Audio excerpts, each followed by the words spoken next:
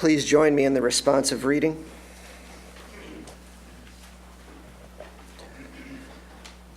The universe is deathless.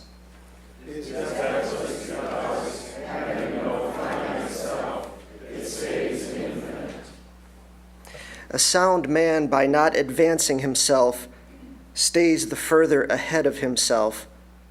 By not confining himself to himself, sustains himself outside himself. By never being an end to himself, he endlessly becomes himself.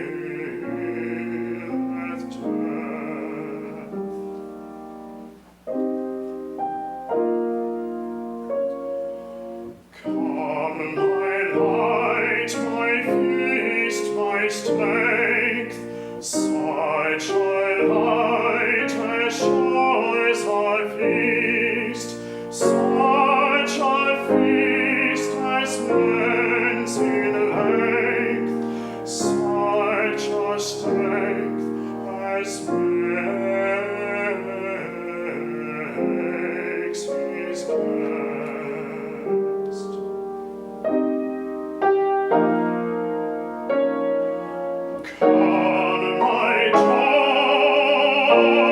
my love, my heart, such a joy as none can move, such a love as none can part. Such a heart as joys in love.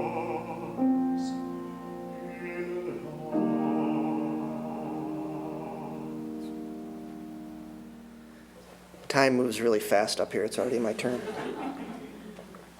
Good morning. Thank you all for being here.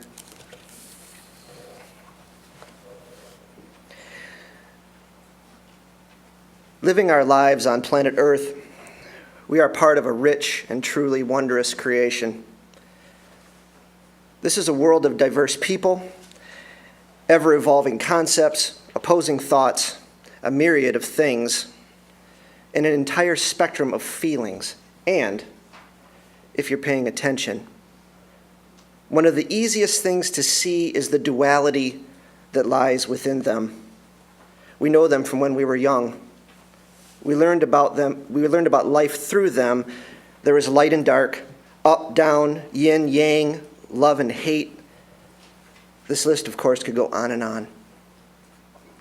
Everything in life appearing to have its counterpart with a seemingly good option to choose and a bad one to avoid. An easy and happy life made simple all the way to the finish line. You simply just keep choosing the good option and everything should turn out great. The human condition Happy Meal. What an amazing innovation. How could life be any easier if it were only that easy? But I wonder, though, if that's really what we want. Our destinies coming pre-packaged in such a simplistic fashion. I daydream sometimes of a utopia and wonder whether it would have any real meaning at all, or would it just be boring?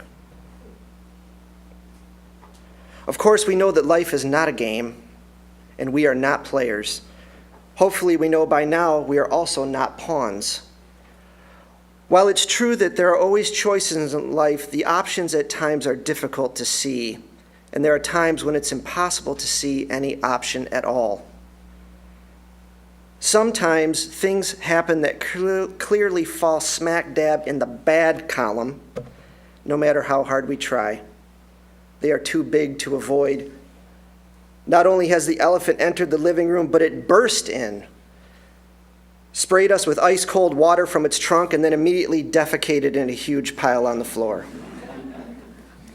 We are left dazed, soaking wet, and with a truly heinous mess to clean up. These are moments we are taught to dread, raised to think that if they happened to us, then perhaps we weren't living our life in the correct way. These can be dark times, full of pain. They are truly bad. And yet our personal histories will teach each of us, if we are honest with ourselves, that these events are the source of tremendous power for growth. These events aren't always what we would choose, but they are perhaps what we need. It was almost 6 years ago that an event happened to me that took me to that place soaked in icy water and elephant dung.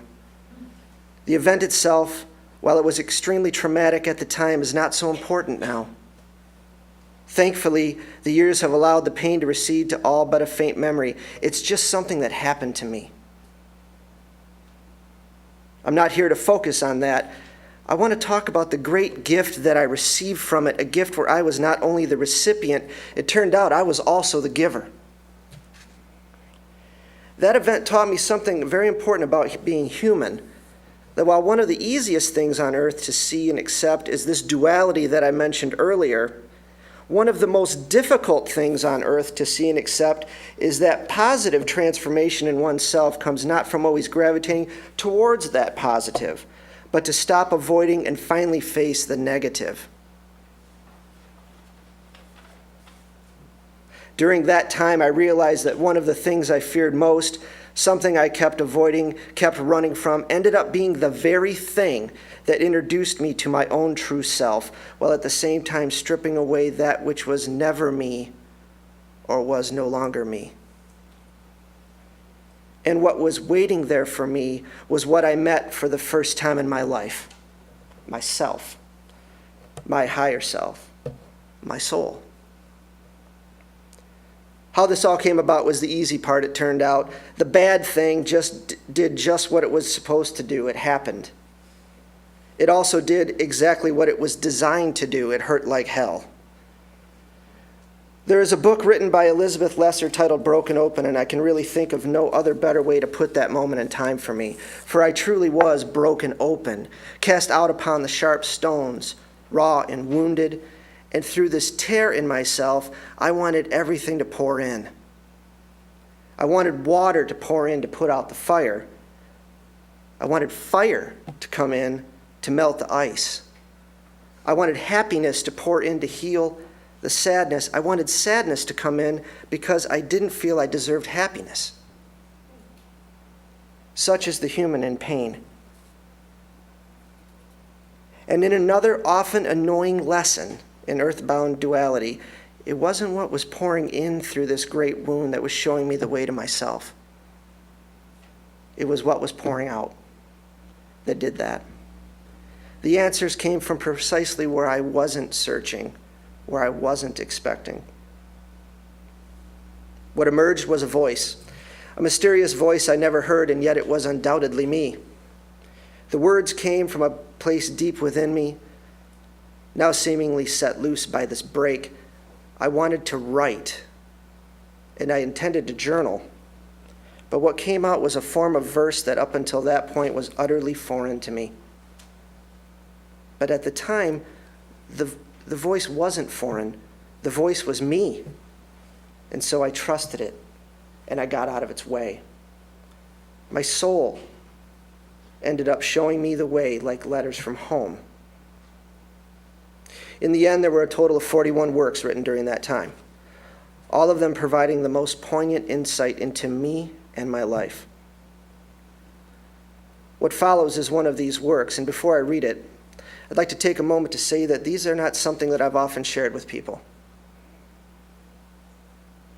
even those close to me. In fact, there are very few people who until today knew these existed at all.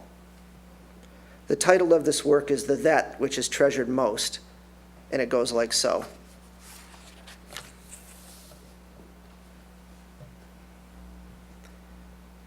And so there I was, at the shore, hands at my hips, face bitten and lashed by the flying sand, my bare toes digging in, preparing for the storm's approach, the typhoon. My hair pressed to my face, the wind whipping impossibly strong, breath coming in gasps, struck dumb almost by the immensity of it. So much bigger, so much more powerful than I could have ever imagined this great destroyer. Towering as high as I could see, billowing grays and swirling violent shadows, turning and rising up into the boiling tower of blackened cloud. I knew this day would come. It comes to all of us. Some turn and run and keep running, never facing this moment, but feeling no worse for it, but forever denying the erosion in themselves. For me, that life is over. I am weary of being followed, being shadowed. And so I have stood my ground to face the storm. The typhoon took notice of me, for I had blocked its way. Child, it said, if you enter me, there are countless ways to die. You are not a fool. Inside, I cannot protect you. My winds will lift you like rubbish, and with that, a gust of wind bowled me over. I got up quickly, clearing the sand from my eyes as the storm continued. They will lift you and surely tear you apart. Now stand aside, for I must be on my way. And when I answered, my voice sounded tiny and far away. "All is well then," I said, "for I am not rubbish." I would not be moved. I remained where I was while the storm thundered closer. The voice boomed a bit louder now. "Boy," it said, "if you enter, it is at your own peril. This is no time for games. My waters will drag you down like some old wreck." And with that, an enormous wave came from the side, knocking me down. I got up quickly, spitting the foul seawater from my mouth as the typhoon went on. "They will drag you down and you will die needlessly. I do not wish to hurt you. Move aside." This time, my voice felt stronger. "Equally good," I answered, "for I am an old wreck neither." I remained still as the storm reached the beach. And when I spoke again, I could barely hear my voice above the horrible roar. "I will enter you," I said. "If I stand aside now, then I will remain aside forever." And with that, I approached. With every step as we drew closer, the storm's anger grew. I could no longer see, for the sheer strength of the wind had made the air opaque. And so I simply moved forward. My ears rang from the howl, the rest of my senses shut tight against the onslaught. My feet stumbled in the cold, lashing water. A few more steps, and I had entered the storm. The winds were just as terrible as the typhoon had said they were, and indeed as it had warned me. The shrieking winds lifted me up, spinning and turning high above the ground, and I felt in me a tearing. Something had been taken. And I let out a great cry which rang in my ears even above the storm. I summoned my strength, somehow broke free, plummeting head over heels through the whirlwind and headfirst into the shallow water. I got up quickly and moved on. The waters were just as ominous as the typhoon had said they were, and indeed, as it had warned me, I felt the waters rise suddenly, felt the frothing currents wrap around me, dragging me under the water, thick with the debris it had dragged with it. My face shut tight, knowing that as every second passed without breath, the blue was fading into black.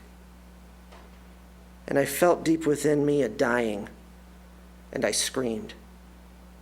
The bubbles rolling up my face, a desperate strength arced through me, and somehow I broke the water's grip. I swam up, arms flailing, legs kicking wildly until I finally reached the surface and air. My feet touched bottom, the waters receded, and I moved on. There was a light ahead. The air was thinning, the wind dying. It was so close. But the storm was there too, its voice this time tinged, though, with a little sadness. "My winds did their awful work," the typhoon said. "I have torn you." I smiled and looked into that violent coil of air. "What you took from me is something I should have cast aside long ago."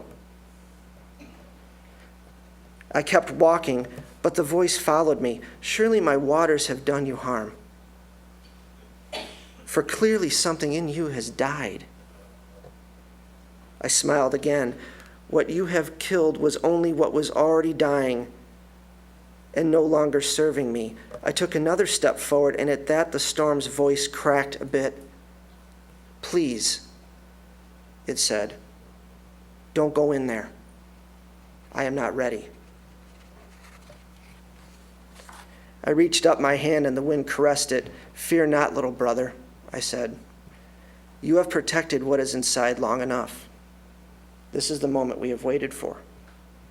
And so I moved on and into the eye of the storm. Upon that, the typhoon fell silent and never spoke again. All was still as I entered that place. I paused for just a moment, savoring the journey. The air was easy and smelled clean. The water was clear and smooth. Tiny bright fish swam about my legs. There was a small island of rock, so small, at the center of the eye, lit with the sun, and sitting atop it was that which is treasured most. After all this time, I could see it but not look upon it, could feel it but not touch it, could listen to it but not hear it. I waded over to the tiny island and stood upon it.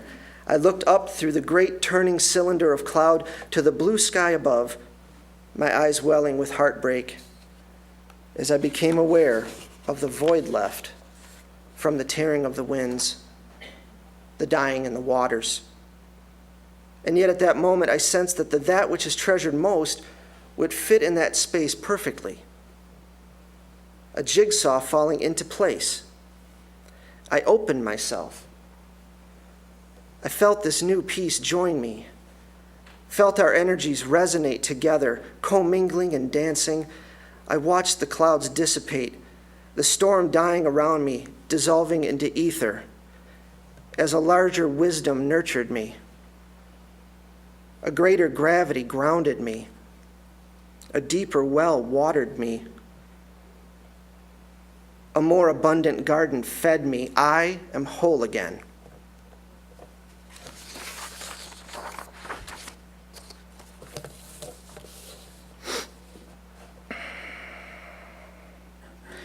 When I was a boy, I used to be utterly fascinated, consumed is really the better word, with the world's unexplained mysteries.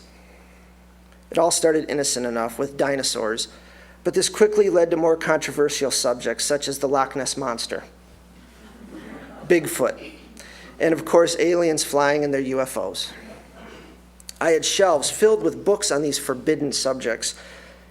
My parents were driven mad with never-ending requests for trips to Scotland or to the vast forests of the Yukon, accompanied immediately by long and detailed itineraries of our expedition plan. My first passion in life was to be the one person who would finally break the case, deliver these mysterious creatures out into the light, to what I imagined at that time to be enormous public fanfare. The years went on, and I'm happy to say that this passion continued. And at the risk of boiling it down too quickly, for we run short on time, I learned over time that I am the mystery I wanted to solve.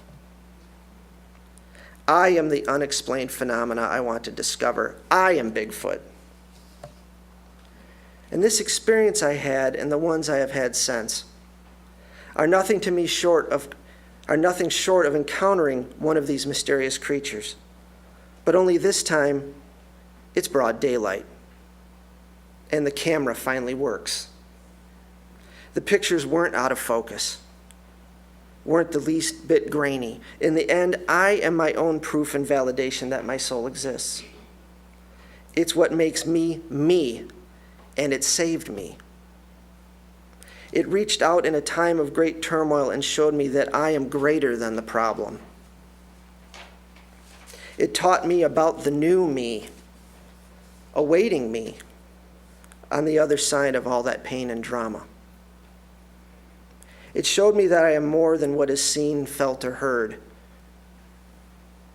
More than that, and most importantly to all you sitting out there, it showed me that you are too. I will close with a question I've reached, and I think this gets into a major part of spiritual work for me. Why must we be broken open? Why can't we simply open? Be open to these highest parts of ourselves and stay that way? The answer is, of course, we can, if we find our way. Find our way to see that the pain itself is not the source. The pain itself and these events that happen to us are not even the means. It is only the emergency redirection of the track that leads our train back to that central station of ourselves where we find our soul, there, waiting at the platform, like always. Waiting with a gentle power and quiet voice to help us through our healing, only to have us jump back on the train and leave it there, alone on the platform again, waving to us as it shrinks into the distance, while we in the train happily head onward to our next collision, our next derailment, and our next emergency redirection back to the center.